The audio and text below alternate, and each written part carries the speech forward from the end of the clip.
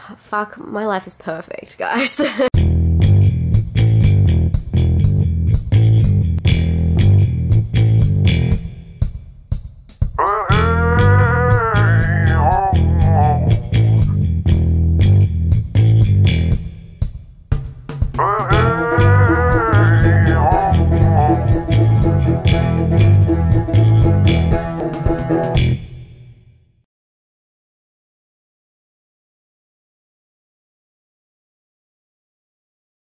So I'm about to sit down to watch The Chaser.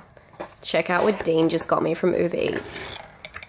A fucking kimchi pancake. I love Korean food, and I love like the seafood pancakes and stuff they do. So he got me that, and he got, I don't know why I've got so much food, but he didn't know that today's film is The Chaser, which is a Korean film. So how fitting, I'm about to tuck into this and watch a 2-hour Korean film. So fuck, my life is perfect, guys. Hi guys, I just finished watching The Chaser.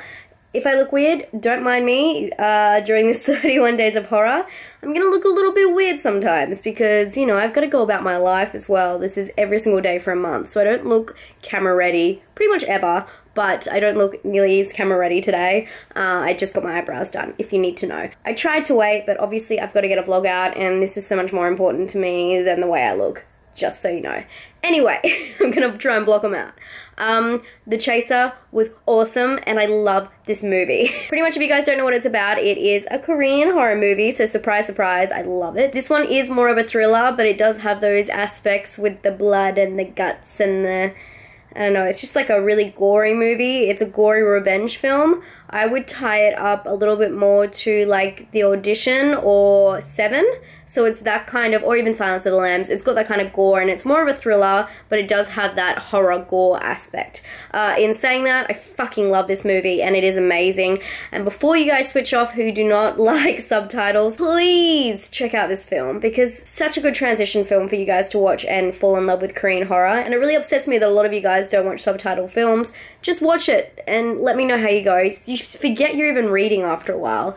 Just give it another go, please. Anyway, this film is awesome. It's pretty much about a pimp who is an ex-cop whose employees keep disappearing, and he kind of figures out that they're being kidnapped, or so he thinks, and he tracks down the person who did it, but it gets kind of messy when the authorities take charge of the investigation. I've actually been recommended this film by a lot of you guys over the last coming months, so I was so glad when Samuel, or Samuel, however you say your name, recommended it to me or reminded me, because I was like, yep, this is going straight in. I knew I wanted to watch this movie. It was so good, guys.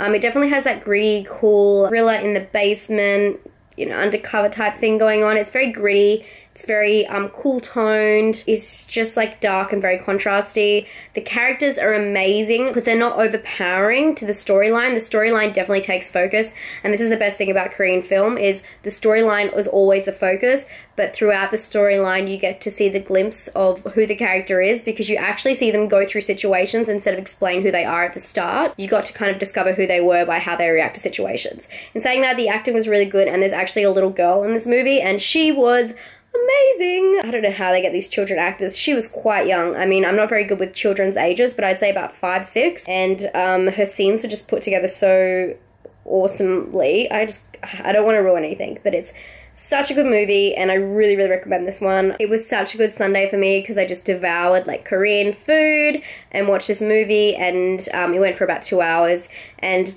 I know that sounds really long to some of you guys, but great South Korean thrillers and horrors normally go for that long, and they always, every single time I watch one, it leaves me wanting more. Like, it leaves me thinking, I could just watch this as a TV series ongoing. I think it's really good, and I think you guys should definitely check this one out. I'm going to give it an 8, no questions asked.